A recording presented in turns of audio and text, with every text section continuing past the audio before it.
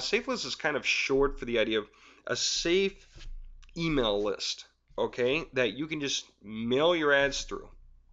All right, somebody a long time ago, back when people were afraid of spamming each other, came up with an honestly interesting, good new system. Just like in the beginning, whoever tried web traffic exchanges, they may have worked at one time because everybody was really pretty impressed by what they saw from other websites. There weren't so many websites. You were not, bombarded. You didn't feel like you had to flip through 50 to find one that was legitimate. Everything was interesting. Once you landed on a page and your timer got done clicking down, then you probably didn't leave it for a few minutes because you were still reading because it was fascinating. It was back in the day when people weren't moving so fast and therefore reading less and less to try to make up for how rapidly they're moving. Okay? Safe list directories. And again, the basic model of a safe list is flawed. It will fail, just like the basic model of a website traffic exchange will fail as well. Okay? Safe list directory. In the old days, people were afraid of spamming each other, and so they said, how can we deal with it? Well, we have to sort of agree that we're going to send each other our ads, our spam, but we agreed to it. You show me yours, I'll show you mine. Similar model.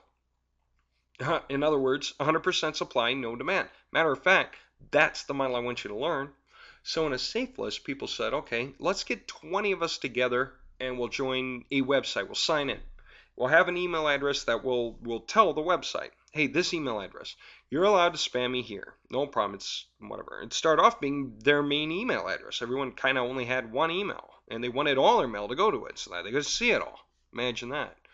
And again, it's a dinosaur idea, safe lists, but there's so many newbies coming on that don't know one thing from the next. All they know is they're aiming cheap first because they have no budget.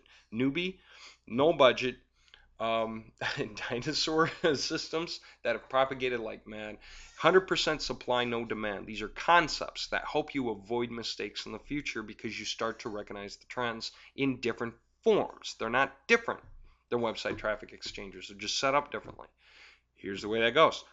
20 people sign up to a website and they all say, hey, we agree to show each other what's going on. All right, fine. So everybody takes the thing they find the most interesting, their big affiliate program, whatever it is that they figure everyone else is going to be interested in. What do? They send it to each other. So you got to send your ad to the other 19 people. They each got to send their ad to you. Uh-oh, wait a minute. Did I just say they each got to send their ad to you? Yes, you sent one mail to each person. But you got 19. And they each got 19 too, you know. All right? And you can live with that. And so you say, fine, I'll just drop it on my spam, filter. I'll try to catch these better. I'll say, emails coming from this service go in my spam folder. Ooh, now that's a horrible thing. Everyone's doing the exact same thing. Didn't we just all say, okay, I'm just going to erase reading these? Well, again, imagine being a buyer signing up to these to find something to buy. All right. So the safe list says, okay, we all showed each other, and it wasn't too bad. It wasn't too painful. 20 ads came through. The safe list owner says, okay, we're going to slow it down. You can only send a max of 3 or 4 or 5 a day, something like that. Less, of course, you pay money. Then you can send to everyone.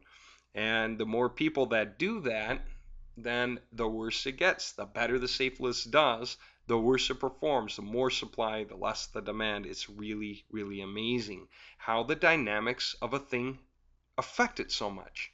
So everyone in the safe list says, it was great, 20 people, I got a sale.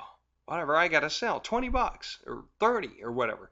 About the best you can do. It doesn't matter what your cut is. It doesn't matter if what your cut is 20 or 30. The darn thing, it better only sell for 20 or 30 for these guys to afford it. Because again, this is a place newbies go because they don't know better. Okay, especially now. These are dinosaurs. Might have been a time you could sell a $1,000 item in a safe list. 10, 12, 15 maybe years ago. You could have probably done that. Not anymore. Now safe lists are wild. Okay, so everyone says, great, but we need more people. So then they say, hey man, and they do some advertising and they sign up 200 people. Now you get to send your ad to 200 people and you receive 200 ads. And this is a day. All right, now it's starting to get to be a bit too much. And so you sign up a lot more people too, but at the same time you change your email address over to another email address to kind of get out of the way. You need another email address. It's your primary one for reading real mail, which is the one you have originally, probably, and you try to move the crap over to another one. All right. In the meantime, the safe list owner is selling your name to other safe list owners, okay, who are bombarding you with ads for their safe list. And you may or may not see, but some of them you probably do if you're big on safe list. Well, here's where things got wild. People said, okay, let's get 100,000 people on a safe list. And all of them are emailing each other and getting virtually no sales at all. All the blasted emails are going into bulk mailboxes. Everyone is advertising to thin air. No one's reading. In your bulk email box, you can sort it to show you 20,000 topics per page, 20,000 emails per page. And you see the subject lines in all of them. Click on any one of them, you'll see the body of the message. Whole thing works. It really does work. It is an email box. You could use it for regular emailing. But its only purpose is to house trash email because you want to show, you don't want to see. So then it got worse. Talk about perverse. This got nuts. In the case of Safeless, people discovered that they could create software that auto-submitted your ad to multiple safe lists, and you always thought you just needed to sell to more and more and more people to get it to finally sell. So you buy the stupid submitter because the guy tells you you're going to get rich with it. And again, it may be that in the beginning there was such a thing when one or two people were using it and hitting enough new safe lists when they first came out to make it work. Not anymore. It doesn't work anymore. So you spend the lousy 47 bucks to get the tool. And by the way, the guy sold it to you for a lousy 47 bucks so that you can keep sending and figuring your ad is bad.